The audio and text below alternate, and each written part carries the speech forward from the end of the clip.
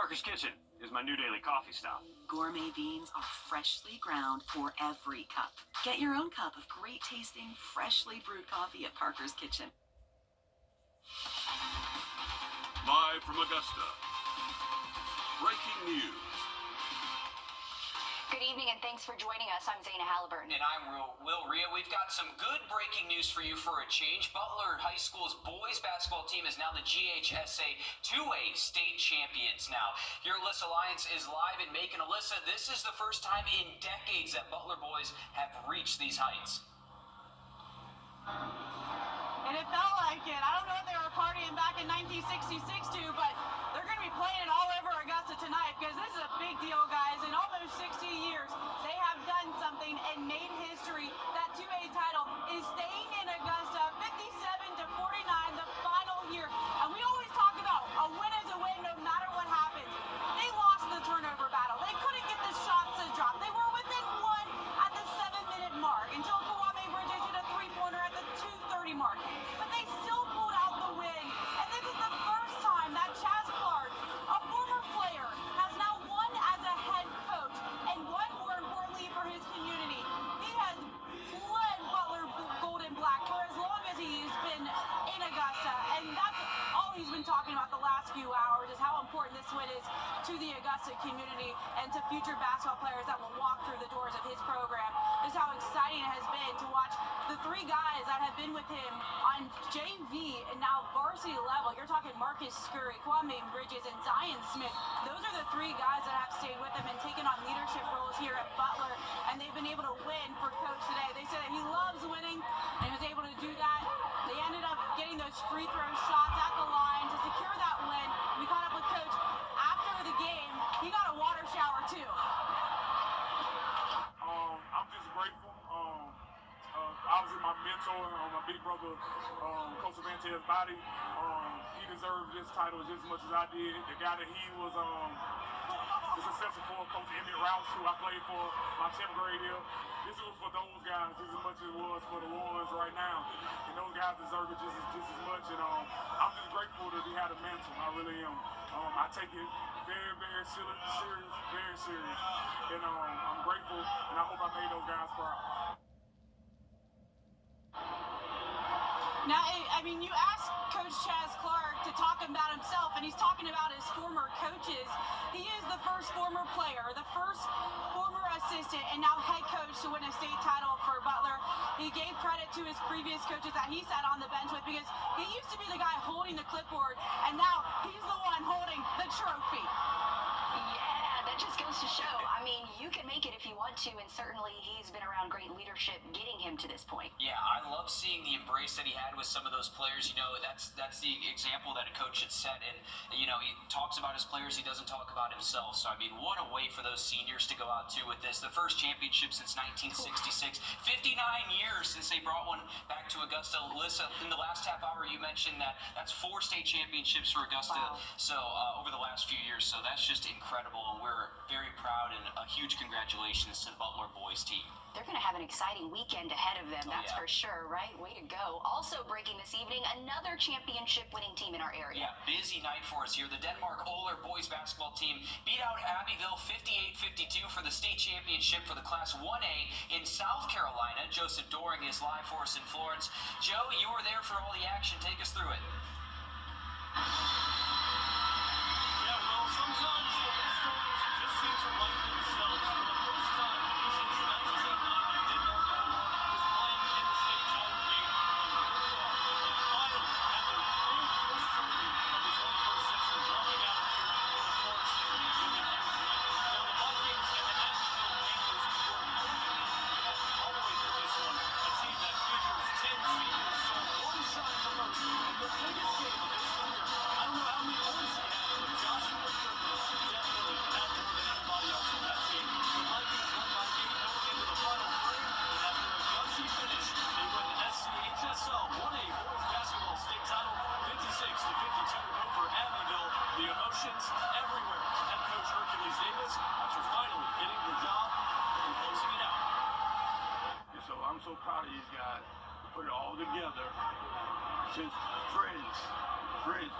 They grew up together. So now they put it all together tonight, and we just came out with a victory.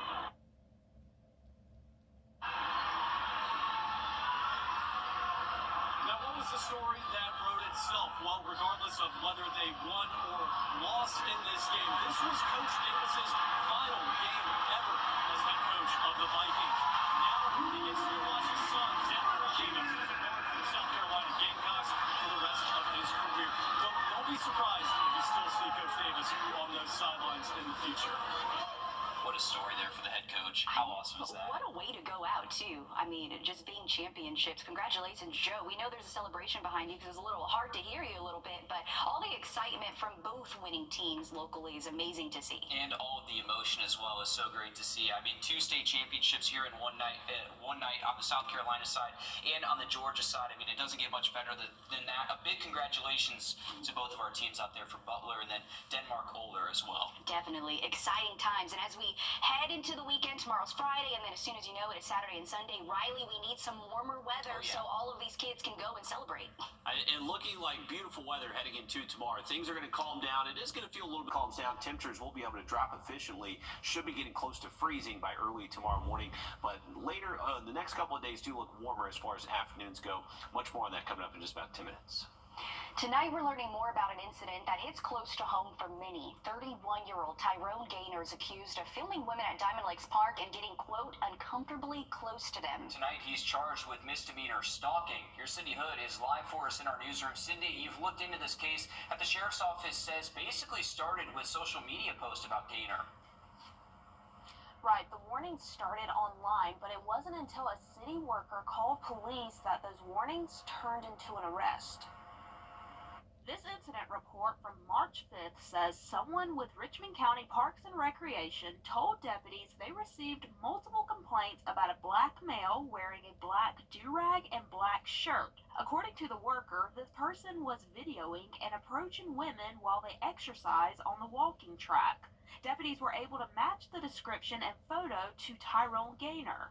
Gaynor told deputies he visits Diamond Lakes Park daily to walk or play basketball. After talking with Gaynor, deputies eventually arrested and charged him with misdemeanor stalking. According to Georgia law, stalking occurs when someone follows or contacts another person without the other person's consent with the purpose of harassing or intimidating. And we've asked the sheriff's office about this case with some questions about how this turned into an arrest and if there have been issues in the past. We haven't heard back from them yet, but in an earlier statement to us, they say to maintain situational awareness, leave any area where you see any suspicious activity, and call 911 immediately. Thanks, Sydney, for staying on top of that. Good safety reminders there for us. Locked in limbo. Tonight, your I team uncovers Time and Temp, brought to you by your First Alert weather team. Introducing the First Alert Radar Network. With up to 10 times the resolution of other local radars and technology that can pinpoint right down to your street. First just got faster. at the Roost. It's a place you may have shopped at without even realizing you're helping others with each purchase or donation. Catholic Social Services Thrift Store has been around for 35 years as a way to support those in need throughout the CSRA. They're finding solutions and how they can help even more people through their Take What You Need Day. Catholic Social Services is a nonprofit organization that's been around since 1969. Their mission is to help those in need, and they're able to do that through this thrift store. We have a food pantry. We provide personal hygiene items. We help people who are uninsured pay their prescription medications, low-income clinic co-pays. We do a lot of different things for the community. And so the thrift store was started in order to fund the social services that we do at the outreach office. The thrift store was created in 1990 and has since moved locations. They're located off Wrightsboro Road. Executive Director Mary Richardson says it's been successful, which is why they moved into a new office building 10 minutes down the road. We moved into there so that we could have more storage room, order more food, and so that we could eventually have more clients to serve. So we are expanding. Another way they're giving back is by hosting a Take What You Need Day. Philomena Mooney says this is where they put items outside on their patio and let people take what they want. We decided that we would again like to help the community and have a day once a month, once every couple of months. It depends on what our overflow is, where we can just give it to people who are in need. There is no requirement. If you're in need, it's between you and the big guy. She says what they do is all about serving others. You can find a good item for a good price, and in turn, you're helping your community. So it's really the best form of recycling. And it's really a nice thrift store. Yeah, it is. So much to see, and just know with every purchase that's going straight toward their emergency assistance that they're providing to families. Currently, they help around 150 households a week, something they're looking to expand. So I had to double check with you while we were listening to the story. It's free, right? Everything that Take What You Need Day, it's free. Tomorrow is Take What You Need Day, and yes, you'll line up outside the patio. Everything will be free from 10 until 2.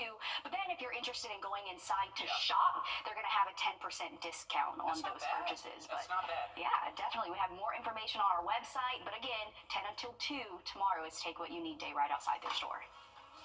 Awesome initiative. Thank you for covering that for us, Zana. Another finding solution right there. 3-degree guarantee brought to you by Tub Doctor. Our forecast 60, actual high 60, $50 heading towards SOAR Academy. Now look at that 7-day forecast just after the break.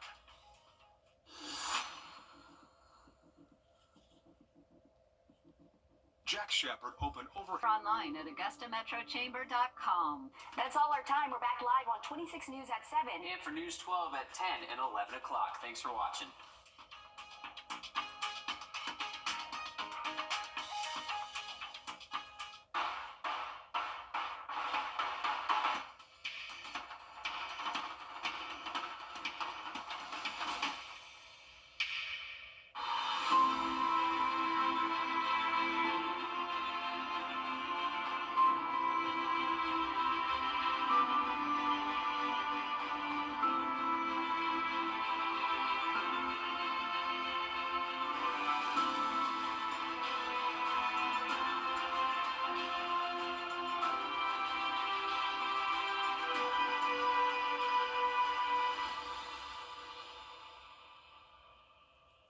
The most significant loss of the wrongful death case.